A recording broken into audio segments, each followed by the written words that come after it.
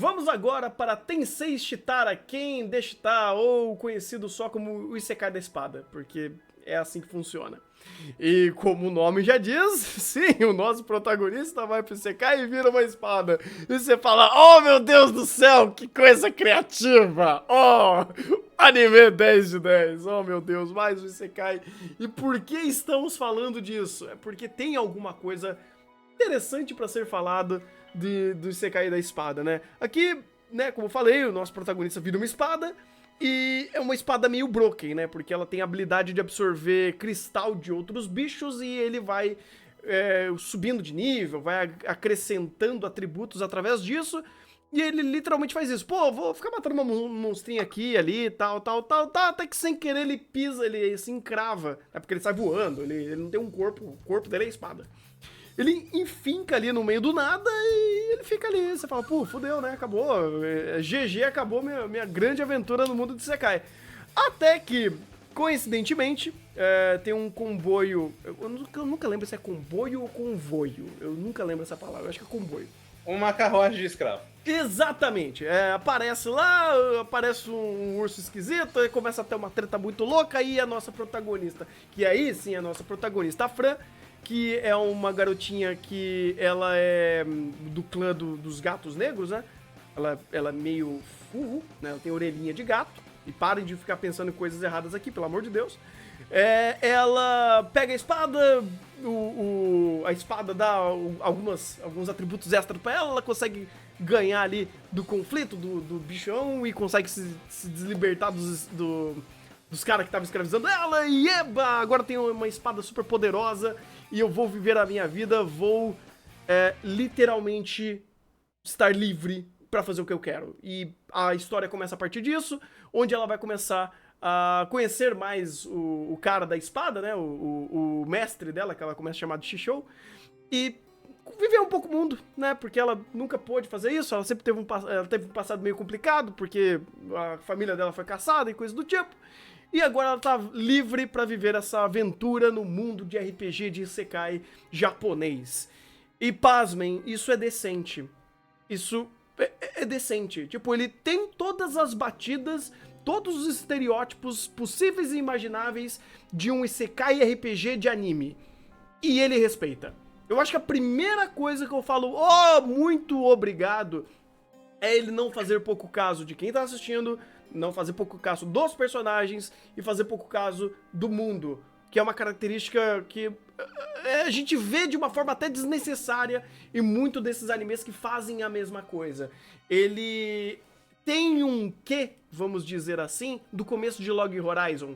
O mundo importa, vamos aprendê-lo e vamos entender quais são os nossos limites, os nossos parâmetros e como que a gente e como que é a nossa vida a partir disso. E ele consegue fazer isso de uma forma até que sólida, ele tem uma boa produção, ele tem algumas ferramentas que auxiliam ele a fazer o básico bem feito. Boa produção, uma vírgula, né? Boa produção até a segunda página, né? Porque às vezes é meio Até o pegado. terceiro episódio. Aí, de repente, começa a ficar virar bagunça, uma cena ruim pra caceta. Mas eu acho que o principal ponto pro Isekai da Espada é o fato de que ele sabe que ele é um anime medium. Ele é medíocre, no sentido correto que ele é médio. Então ele vai se aproveitar dos contextos que ele tem. Então ele tem um mundo que não é original, porém tem uns visuais legais, tem uns monstros legais e tal, uma estrutura de RPG funcional. Você tem personagens que, como o Thunder falou, são extremamente estereotipados, porém, dentro da narrativa eles funcionam na maioria das vezes, não são estereótipos insuportáveis ou nada muito vazio, são coisas funcionais pra narrativa. E, pra mim, até, a melhor coisa da série inteira são os momentos, não de ação, mas quando o Shishou e a Fran interagem juntos. Eu acho que a química desses personagens é muito boa e consegue tirar o máximo de carisma da série. Então a Fran tem os seus momentos de Shishou, não sei o que é isso, e aí ele explica. Ele realmente trata ela, inclusive, como uma filha, então não tem as poucas piadinhas que envolveriam alguma coisa envolvendo o fato dela ser uma loli furro, são rapidamente cortados por ele. Piada não foi intencional. E isso funciona muito bem. Então eu realmente sinto uma química entre esses dois e acaba sendo muito prazeroso pra mim quando eles estão em cena simplesmente interagindo sobre Curry. Por quê? Porque sim, vamos fazer piada de Curry. Mas a interação deles é muito boa e faz valer. Sim. WM, quer falar alguma coisa sobre Secar a Espada? Ah, sim. Até mesmo pra média dos secais que a gente tem em toda a temporada, esse até que não foi bem mediano, não foi nada escalafobético, mas também não foi tão ruim assim. Até o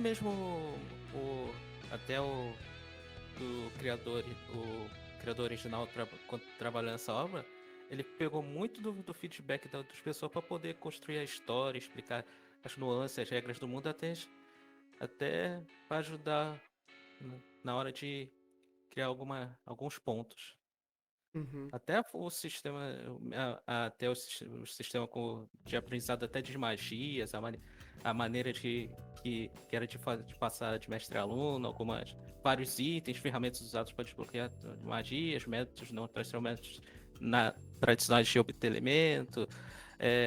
Basicamente é tudo que você pode aprender de formas mais variadas, porém, de forma mais eficiente, daquela forma que seja mais possível de que as pessoas não mais aprendem. Uhum. E o que a produção fez com algumas cenas de ação, com a trilha sonora, carregou bastante uma boa parte do anime. Como você também disse, a Franca praticamente carregou o anime nas costas, literalmente. Pois é, cara, a Fran, ela tem o quê de Anya? Ela é extremamente carismática, ela é extremamente fofa e ela consegue dar esse ar a mais de carisma pra história, porque a perspectiva dela importa. E eu acho isso maravilhoso, como o Isekai da Espada respeita isso. Ela é uma garota que não tinha nada, que perdeu tudo, que ela é delicada a situação é muito maior do que ela, mas caiu uma bomba relógio na mão dela com uma espada estupidamente poderosa que tem tudo. Ela tem uma quantidade absurda de poder. E isso é respeitado, inclusive, dentro dos conflitos criados que tentam fazer o power play ser um pouco nivelado pra cima, mas ainda se autobalancear. E ainda assim, dar essa progressão, esse entendimento da Fran, dessa inocência dela ao mundo que é muito mais hostil. E mesmo assim, ela pode, aos poucos, ir evoluindo e crescendo e criando um pouco mais de casca, porque tem alguém extremamente poderoso que cuida dela, que é o Shishou, que é a espada, porque ele faz de fato um papel de pai. Ele até tem uma conversa que eu acho super legal. No final, que ela ganha uma skin nova, a espada chega pro Ferreira e fala: ô, irmão, tu deixou a barriga dela de fora? Você tá de sacanagem comigo? que audácia é essa? Não é que porra é essa, irmão? Como assim você está fazendo isso com a minha Fran? Pois é, exatamente. Então, tipo, é legal porque tem uma ideia dela ser esse personagem que as pessoas querem proteger. Tem até uma personagem mais pra frente, uma personagem chamada Amanda, que ela tenta fazer o papel de mãe. Meio maluca, mas ainda assim. A Amanda, né? Não, pare imediatamente. Você não pode reclamar de trocadilhos, tá nervoso? Ai, meu Deus, isso dói. Mas tem essa ideia, tem esse elemento que ele cria alguns elementos próprios de Isekai da Espada, sabe? Tudo é básico, tudo é o padrão. Aí você tem 4 elementos de poderes. Aí você tem o sistema de RPGs, tem invocação, tem clássico, blá blá blá blá. Chega em alguns aspectos, você cria características próprias que fazem essa história ter um pouquinho mais de personalidade. E uma delas, e com certeza é ela, a Fran. A Fran carrega o anime nas costas nesse quesito, e assim como o Rafa falou, eu também adorava os momentos de interação com a espada. Porque a espada é basicamente um otaku médio, não criminoso, olha só, quem diria, que tá vivendo esse mundo de fantasia, ele é nerd, ele gosta dessas coisas, então ele quer experimentar e quebrar o mundo e ficar extremamente poderoso. E ele é responsivo a isso porque você trata todo mundo de forma coerente, você trata as situações de forma respeitosa e ele funciona, e ele flui, e ele vai, e ele tem alguns momentos interessantes que a produção se propõe a trabalhar. E a gente tem o Takanashi, né? O cara é um monstro, nossa, é uma das melhores trilhas sonoras que ele fez dos últimos tempos, cara, inclusive. Cara, o que ele fez, que a trilha sonora dele aqui é absurdo. O cara mandou bem. Eu diria até que foi a melhor aqui do que em Bastard. Pô, pior que eu... É porque eu não prestei tanta cena de Bastard, mas aqui eu pensei, pô, isso aqui tá meio genérico, toda hora me lembro do Forteio. Mas uma coisa que eu acho que ajuda pra eles são os encaixes. Eu acho que os encaixes aqui realmente tiveram mais impacto, até pra compensar a falta de animação em alguns momentos. Ah, de fato, de fato. Gostei, cara. E olha que eu sou suspeito pra falar, pra gostar desse tipo de anime, né? Porque eu sou o primeiro que desce a marretada, e dessa vez Sekai da Espada, ele foi muito, muito bacana. Ele fez o dele e fez bem feito. A nota certa pra ele será um 6, né? Mas eu vou dar um acréscimo, eu vou dar um setzinho de honra ao mérito. Manja aquela medalhinha. Você fala, você se esforçou.